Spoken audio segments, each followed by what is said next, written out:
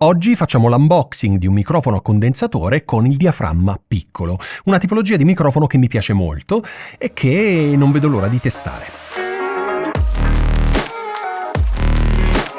Bene, allora, eccoci qui per un altro unboxing. Oggi testeremo il T-Bone SC140, un microfono che mi è stato inviato da T-Bone, ma del quale, ho massima libertà di dire quello che voglio, quindi una review abbastanza onesta, come nel mio stile.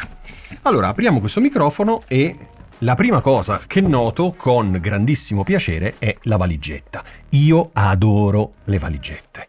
Per carità, le puoi comprare a parte, però avere la valigetta preserva il microfono dalla polvere, dall'umidità e lo preserva nel tempo, quindi io adoro le valigette. E i microfoni, soprattutto quelli che non costano un capitale, che ti danno in dotazione la valigetta, come in questo caso.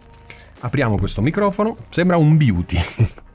Allora, classica imbottitura, bellissima come piace a noi. C'è una spugna, c'è un ragno, ok, il ragno in plastica e anche la filettatura all'interno, e come T-Bone ci ha abituato ci sono anche gli elastici di ricambio, molto utili. Diciamo che è difficile che gli elastici si possano rompere, a meno che col tempo non si cuociano, no? La plastica diventa... però... sinceramente ho diversi ragni così, mai capitato nulla. Però è sempre buono averlo. E poi arriviamo al microfono. Eccolo qua. Allora, apriamo questo microfono. Ok. Eccolo qua. Allora, voglio vedere una cosa. Questo microfono mi dà la sensazione di essere, infatti, è più lungo di... tanto più o meno rispetto all'ottava che c'è qui sopra.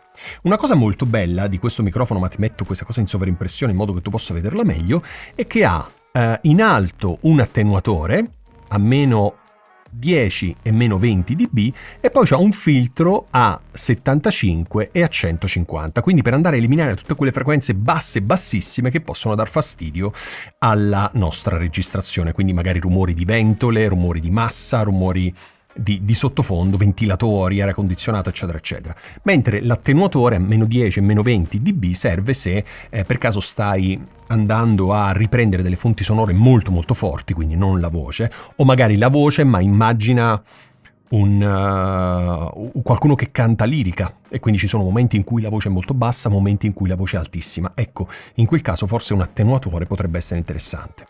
O sicuramente l'attenuatore è interessante laddove stai microfonando strumenti o altro. Questi microfoni con la capsula piccola sono molto interessanti perché messi fuori campo, io ti parlo sempre in ambito podcast, in ambito voiceover, in ambito YouTube, video e quant'altro, sono molto interessanti perché, come ti dicevo, messi fuori dall'inquadratura riescono a... riprendere la voce in maniera ottimale, molto meglio di tanti altri microfoni, pur essendo microfoni a condensatore. Ti ricordi, io ti dico sempre su questo canale che i microfoni a condensatore sono i microfoni migliori in assoluto perché hanno uno spettro sonoro molto più ampio, una riduzione del rumore di fondo molto bassa, ma in ambienti non acusticamente trattati sono tremendi. Non per colpa del microfono ovviamente, ma perché lo stai usando in un ambiente non adatto. Ok, ogni microfono dovrebbe essere utilizzato nel suo ambiente per dare il meglio. Dunque, questo microfono, anche in un ambiente non acusticamente trattato, nonostante un microfono a condensatore, proprio per il fatto che ha la capsula piccola, riesce a dare il meglio di sé. E tu lo stai sentendo perché da anni ormai utilizzo l'Octava MK01201, che è qui sopra di me, e l'audio si sente benissimo, anche se questa parte dello studio non è trattata acusticamente al massimo, perché c'è questa frase non la dicevo da un sacco di tempo, perché c'è un soffitto altissimo e un finestrone gigante, ok?